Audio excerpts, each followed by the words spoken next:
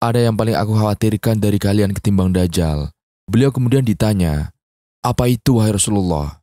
Beliau menjawab,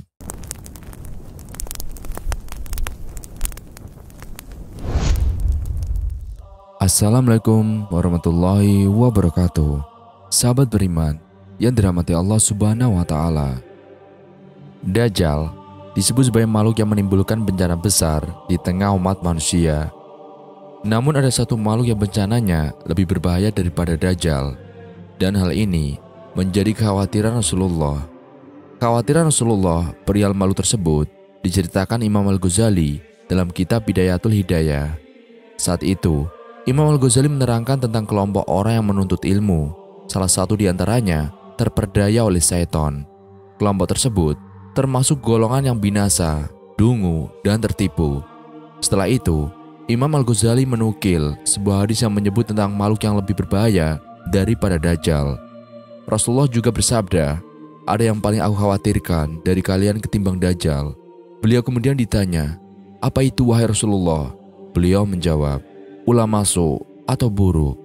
Hadis tersebut diriwayatkan Ahmad dari Abu Dzar radhiyallahu an, dan dalam kitab Muhtasar Sahih Muslim susunan Al-Hafiz Zaki Al-Adin, Abad Al-Azim, Al-Munziri, juga terdapat hadis serupa yang dihimpun dalam bab ada makhluk yang lebih dahsyat bencananya daripada Dajjal. Edisi Indonesia terjemahan Sinkinti Jamaluddin dan Haji Muhammad Mohtar Zurni. Imam Al-Ghazali menjelaskan, ulama su menjadi makhluk yang lebih berbahaya daripada Dajjal, karena Dajjal memang bertujuan menyesatkan.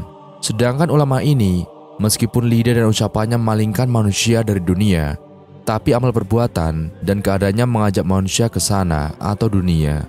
Orang awam, kata Imam Al-Ghazali, tidak akan berani mencintai dunia kecuali setelah melihat ulama buruk mencintai dunia.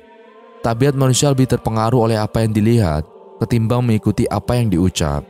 Kerusakan yang ditimbulkan oleh perbuatannya lebih banyak daripada perbaikan yang disebabkan oleh ucapannya. Karena biasanya orang bodoh mencintai dunia setelah melihat si alim cinta pada dunia, jelas Imam Al-Ghazali. Dalam kitab Mukasafatul Qulub, Imam Al-Ghazali turut menjelaskan bahwa ulama buruk atau su mengejar kenikmatan dunia dan merebut pangkat dan jabatan dari kalangannya. Ia termasuk orang yang mendapat siksa paling pedih, sebagaimana sabda Rasulullah Muhammad SAW. Manusia yang paling sedih siksanya pada hari kiamat adalah orang alim yang ilmunya tidak bermanfaat oleh Allah. Rasulullah juga bersabda, barang siapa yang bertambah ilmunya tetapi tidak bertambah hidayahnya, maka dia tidak bertambah apa-apa dari Allah Ta'ala kecuali semakin jauh. Lebih lanjut, Hujatul Islam menjelaskan ulama su termasuk orang yang lalai dari firman Allah Ta'ala di dalam surat As-Saff ayat 2 yang berbunyi, wahai orang-orang yang beriman, mengapa kamu mengatakan sesuatu yang tidak kamu kerjakan? Ulama adalah pewaris para nabi atau al-ulama warasatul anbiya. Kelebihan mereka dibanding ahli ibadah seperti keutamaan bulan purnama atas semua bintang. Lalu bagaimana dengan ulama su?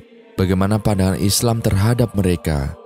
Untuk diketahui, ulama adalah jamak dari alim, yang artinya orang berilmu atau ahli ilmu.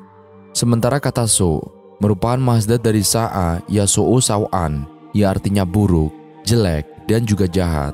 Dengan demikian, ulama su bermakna ahli ilmu yang buruk atau ulama buruk. Imam Al-Ghazali menerangkan ciri-ciri ulama su. Beliau menukil hadis Nabi yang artinya, siapa yang bertambah ilmu tapi tidak bertambah hidayah, ia hanya bertambah jauh dari Allah Ta'ala. Juga sabda Nabi yang artinya, orang yang paling keras sisanya di hari kiamat adalah orang alim yang ilmunya tak Allah berikan manfaat padanya. Imam Al-Ghazali menceritakan kisah Nabi ketika melakukan Isra. Beliau melewati sekelompok kaum yang bibir mereka digunting dengan gunting api neraka. Lalu Nabi bertanya, siapa kalian? Mereka menjawab, kami adalah orang-orang yang memerintahkan kebaikan tapi tidak melakukannya, dan mencegah keburukan tapi kami sendiri mengerjakannya. Celaka sekali bagi orang bodoh karena ia tidak belajar, namun lebih celaka 1000 kali orang alim yang tak mengamalkan ilmunya. Dalam menuntut ilmu, manusia terbagi atas 3 golongan. Golongan ketiga ini termasuk ciri-ciri ulama su atau ulama tercela, yaitu yang pertama, seseorang yang menuntut ilmu untuk bekal akhirat, di mana ia hanya ingin mengharap ridho Allah dan negeri akhirat. Ini termasuk kelompok yang beruntung. 2. Seseorang yang menuntut ilmu untuk kepentingan duniawinya, sehingga ia bisa memperoleh kemuliaan, kedudukan, dan harta. Ia tahu dan sadar bahwa keadaannya lemah dan niatnya hina. Orang ini termasuk ke dalam kelompok beresiko. Jika ajalnya tiba belum sampai bertobat, dikhawatirkan ia wafat su'ul khotimah dan keadaannya menjadi berbahaya. Tapi jika sempat bertobat sebelum ajal, maka ia termasuk orang yang beruntung. 3. Seseorang yang menuntut ilmu sebagai sarana untuk berbanyak harta, berbangga dengan kedudukannya, dan menyombongkan diri dengan besarnya jumlah pengikut. Ia terperdaya oleh syaitan, ilmunya menjadi tumpuan untuk meraih duniawi. Bersamaan dengan itu, ia mengira bahwa dirinya mempunyai posisi khusus di sisi Allah Ta'ala karena ciri-ciri, pakaian, dan kepandaian berbicara seperti ulama, padahal ia tamak kepada dunia lahir dan batin. Golongan ketiga ini termasuk ciri-ciri ulama su. Ia juga termasuk yang disebutkan oleh Rasulullah Muhammad SAW. Ada yang paling aku khawatirkan dari kalian ketimbang Dajjal. Beliau kemudian ditanya, apa itu wahai Rasulullah? Beliau menjawab, ulama su atau buruk. Sebab Dajjal memang bertujuan menyesatkan, sedangkan ulama ini, lidah dan ucapannya memalingkan manusia dari dunia, tapi amal perbuatannya dan keadaannya mengajak manusia ke sana. Tabiat manusia lebih terpengaruh oleh apa yang dilihat ketimbang mengikuti apa yang diucap. Karena biasanya orang bodoh mencintai dunia setelah melihat si alim cinta pada dunia. Ulama su, kata Kiai Idris, adalah ulama akhir zaman yang paling dikhawatirkan oleh Rasulullah SAW ketimbang Dajjal. Sebab Dajjal memang bertujuan menyesatkan, sedangkan ulama ini, walaupun lidah dan ucapannya memalingkan manusia dari dunia, tapi amal perbuatannya, keadaannya mengajak manusia ke sana. Dijelaskan pula dalam kitab yang menjelaskan tentang fikih tasawuf tersebut, bahwa ulama su dalam perkataannya tidak sesuai dengan perbuatannya, sehingga dalam Al-Quran, Allah Ta'ala telah memberikan sebuah peringatan kepada ulama tersebut. Wahai orang-orang yang beriman, mengapa kalian mengatakan apa-apa yang tak kalian lakukan? Kata Kiai Idris yang mengutip Al-Quran surat As-Saff ayat 2. Di akhir kajian, Kiai Muhammad Idris menghimbau jamaah untuk lebih berhati-hati dalam mengikuti ulama. Apalagi di zaman sekarang, banyak orang-orang yang mengaku sebagai ulama. Banyak orang yang baru bisa berbicara di sosial media sudah disebut ulama, padahal keilmuan dan sanad keilmuannya masih dipertanyakan. Oleh karena itu, Kiai Muhammad Idris mengajak kepada para santri untuk mengikuti para ulama yang sudah tidak diragukan keilmuan dan sanad keilmuannya, sehingga tidak terperangkap dalam kesesatan ulama su' tersebut. Pungkasnya, kata ulama adalah bentuk jamak dari alim, yang artinya ilmu atau ilmuwan. Sementara kata su adalah masdar dari saya susawan, yang artinya jelek, buruk, dan jahat. Rasulullah Muhammad SAW bersabda, ingatlah, sejelek-jelek keburukan adalah keburukan ulama, dan sebaik-baik kebaikan adalah kebaikan ulama. Hadis riwayat Ad-Darimi. Ulama hakikatnya berhubungan dengan ilmu dan kebaikannya. Harta dan tahta adalah godaan bagi ulama yang bisa menjerumuskan ke dalam kehinaan. Sayyidina Anas radhiyallahu an meriwayatkan, ulama adalah kepercayaan Rasul selama mereka tidak bergaul dengan penguasa dan tidak asik dengan dunia. Jika mereka bergaul dengan penguasa dan asik terhadap dunia, maka mereka telah mengkhianati para Rasul. Karena itu, jauhilah mereka. Hadis riwayat Al-Hakim. Dari Abu Dzar berkata, dahulu saya pernah berjalan bersama Rasulullah, lalu beliau bersabda, sungguh, bukan Dajjal yang aku takutkan atas umatku. Beliau mengatakan 3 kali, maka saya bertanya, wahai Rasulullah, apakah selain Dajjal yang paling engkau takutkan atas umatmu? Beliau menjawab, para tokoh yang menyesatkan. Musnad Ahmad. Dalam sebuah hadis Rasulullah mengatakan apabila seorang di antara kamu bertasyahud, hendaklah ia mohon perlindungan kepada Allah dari 4 hal seraya mengucapkan, ya Allah, sesungguhnya aku mohon perlindungan kepadamu dari siksa neraka jahanam, siksa kubur, cobaan hidup dan mati, dari perlindungan dari fitnah Dajjal, riwayat Bukhari dan Muslim. Dari berbagai sumber, ada beberapa karakteristik ulama su sebagai bagian dari fitnah akhir zaman. Dan sahabat, semoga karakter ini tidak ada dalam diri kita dan kita bisa terhindar dari bahaya mereka timbulkan. Dan inilah beberapa karakter itu. Yang pertama, yaitu menjual ilmu kepada penguasa. Kebinasaan bagi umatku datang dari ulama su. Mereka menjadikan ilmu sebagai barang dagangan yang mereka jual kepada para penguasa. Masa mereka untuk mendapatkan keuntungan bagi diri mereka sendiri. Allah tidak akan memberikan keuntungan dalam perniagaan mereka itu. Hadis riwayat Al-Hakim. 2. Menukar kebodohan sebagai ilmu. Ibnu Rajab Al-Hambali mengatakan bahwa Asy-Syabi berkata, tidak akan terjadi hari kiamat sampai ilmu menjadi suatu bentuk kejahilan dan kejahilan itu sebagai bentuk ilmu. Ini semua termasuk dari terbaliknya gambaran kebenaran atau kenyataan di akhir zaman dan terbaliknya semua urusan. Memburu harta dan tahta. Mereka adalah ulama agama untuk membedakan antara mereka dan ulama dunia. Mereka adalah ulama jahat yang dengan ilmunya bertujuan untuk kesenangan dunia, mendapatkan pangkat dan juga kedudukan pada penduduk. Penuntut ilmu keempat ini adalah orang yang kesetanan. Ia menjadikan ilmunya sebagai jalan untuk berkaya diri, menyombongkan diri dengan kedudukan, dan membanggakan diri dengan banyaknya pengikut. Ia masuk terperosok ke dalam banyak lubang tipu daya karena ilmunya itu dengan harapan hajat duniawinya terpenuhi. Lihat Imam Al-Ghazali, Bidayatul Hidayah, halaman 7-8. 5. Bergaya dengan pakaian ulama. Ia di tengah kehinaan itu merasa dalam batinnya memiliki tempat mulia di sisi Allah karena ia bergaya dengan gaya ulama dan berpenampilan soal pakaian dan ucapan sebagaimana penampilan ulama di saat ia secara lahir dan batin menerkam dunia semata. Lihat Imam Al-Ghazali, Bidayatul Hidayah, halaman 7-8. 6. Tidak mau bertobat. Orang ini termasuk mereka yang celaka dan dungu lagi terperdaya duniawi. Tidak ada harapan pertobatan karena dirinya merasa sebagai orang baik, muhsinin. Lihat Imam Al-Ghazali, Bidayatul Hidayah, halaman 7-8. 7. Sombong dipermainkan nafsunya. Sementara nafsunya saat demikian mempermainkan dirinya, menghadirkan impian, memberi harapan, mendorongnya untuk mengungkit-ungkit atas ilmunya di sisi Allah, dan memberinya ilusi bahwa ia lebih baik daripada sekian banyaknya hamba Allah Ta'ala yang lain. Lihat Imam Al-Ghazali, Bidayatul Hidayah, halaman 7-8. 8. Disorientasi intelektual. Tidak memiliki integritas pribadi dan tidak memiliki tanggung jawab intelektual, sebab orientasinya hanya duniawi, sehingga menyalahgunakan ilmunya demi tujuan materialistik. Dari Abu Hurairah radhiyallahu an, Rasulullah bersabda, barang siapa yang mempelajari suatu ilmu yang seharusnya diharap adalah wajah Allah, tetapi jika ia mempelajarinya hanyalah untuk mencari harta benda dunia, maka ia tidak akan mendapati wangi surga di akhirat nanti. Hadis riwayat Abu Daud nomor 3664, Ibnu Majah nomor 252, dan Ahmad nomor 338. 9. Menyalahgunakan ilmu. Siapa yang makan dengan memperalat ilmu, Allah membutakan kedua matanya atau wajahnya di dalam riwayat Ad-Dailami, dan neraka lebih layak untuknya. Hadis riwayat Abu Nuaim dan Ad-Dailami. 10. Diperbudak setan dan hawa nafsu.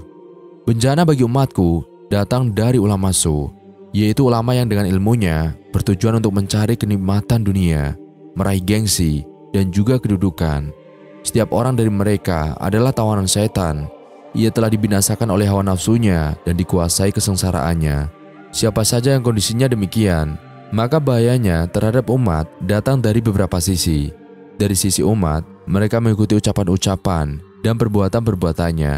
Lihat Al-Alama Al-Minawi dalam Faid Al-Qadir, halaman 369. 11. Membela penguasa zolim. Ia memperindah penguasa yang menzolimi manusia dan gampang mengeluarkan fatwa untuk penguasa. Pena dan lisannya mengeluarkan kebohongan dan juga kedustaan. Karena sombong, ia mengatakan sesuatu yang tidak ia ketahui. Lihat Al-Alama Al-Minawi dalam Fiyadil Al-Qadir, Syarah Jami Shogir, Imam Suyuti, nomor 369. 12. Membuat tipu daya. Hati-hatilah terhadap tipu daya ulama su. Sungguh, keburukan mereka bagi agama lebih buruk daripada syaitan. Sebab, melalui merekalah setan mampu meninggalkan agama dari hati kaum mukmin. Dan atas dasar itu, ketika Rasulullah ditanya tentang sejahat-jahat makhluk, beliau menjawab, Ya Allah, berilah ampunan. Beliau menyebut sebanyak 3 kali, lalu bersabda, mereka adalah ulama su. Hujatul Islam Imam Al-Ghazali. 13. Menjilat penguasa. Ulama su, orang yang bergelar ulama atau intelektual yang menjilat penguasa dan menjadikan kaum kafir sebagai teman karib serta menafsirkan Al-Quran sekehendak nafsunya. Dengan bahasa Umar bin Khattab, ulama su adalah mereka yang munafik tapi berilmu. Pimpinan pesantren Tahfiz Mutiara Darul Quran, Ustadz Teguh Turwanto, menyampaikan ciri-ciri tabiat ulama yang jahat atau ulama su. Menurutnya, ciri-ciri tersebut seperti yang dikutip dari kitab Tafsir Ibnu Katsir dan kitab Faidil Al-Qadir. Hai orang-orang yang beriman, sesungguhnya sebagian besar dari orang-orang alim Yahudi dan rahib-rahib Nasrani benar-benar memakan harta orang dengan jalan yang batil, dan mereka menghalang-halangi manusia dari jalan Allah. Dan orang-orang yang menyimpan emas dan perak dan tidak menafkahkannya pada jalan Allah, maka beritahukanlah kepada mereka bahwa mereka akan mendapat siksa yang pedih. Quran Surat At-Taubah ayat 34. Dalam tafsir As-Sadi, Al-Ahbar menurut istilah adalah orang Yahudi, dan Ar-Ruhban adalah menurut istilah di kalangan orang-orang Nasrani. Perihalnya sama dengan apa yang disebutkan firman-Nya. Mengapa orang-orang alim mereka, pendeta-pendeta mereka tidak melarang mereka mengucapkan perkataan bohong dan memakan yang haram? Quran Surat Al-Maidah ayat 63. Ar-Ruhban adalah ahli ibadah di kalangan orang-orang Nasrani, sedangkan ulama mereka disebut pastur, seperti yang disebutkan oleh firman-Nya. Yang demikian itu disebabkan di antara mereka itu orang-orang Nasrani terdapat pendeta-pendeta dan rahib-rahib. Quran Surat Al-Maidah ayat 82. Makna yang dimaksud, kata Ustadz Teguh, ialah perintah untuk waspada terhadap ulama su, ulama yang jahat dan ahli ibadah yang sesat. Seperti yang dikatakan oleh Sufyan ibnu Uyainah, orang yang rusak dari kalangan ulama kami, maka dia lebih mirip dengan orang Yahudi, dan orang yang rusak dari kalangan ahli ibadah kami, maka dia lebih mirip dengan orang Nasrani. Dan di dalam sebuah hadis sahih disebutkan, sesungguhnya kalian benar-benar akan meniru perbuatan orang-orang sebelum kalian, satu langkah demi satu langkah. Para sahabat bertanya, apakah yang dimaksud adalah orang-orang Yahudi dan Nasrani? Nabi menjawab, lalu siapa lagi? Dan menurut riwayat lain, mereka mengatakan Persia dan Romawi. Maka Nabi Muhammad menjawab, lalu siapa lagi kalau bukan mereka? Mereka yang dimaksud ialah peringatan agar kita jangan meniru mereka dalam ucapan dan juga keadaan kita. Allah Ta'ala telah berfirman, benar-benar memakan harta orang dengan jalan yang batil, dan mereka menghalang-halangi manusia dari jalan Allah Ta'ala. Quran Surat At-Taubah ayat 34.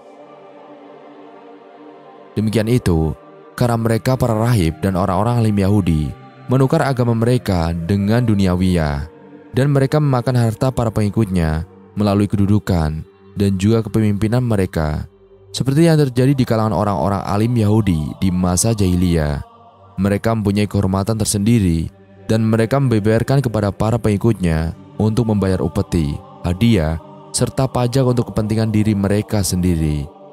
Setelah Allah mengutus Rasul-Nya, mereka tetap menjalankan kesesatan, kekufuran, dan keingkaran mereka karena ketamakan mereka untuk mempertahankan kedudukan tersebut.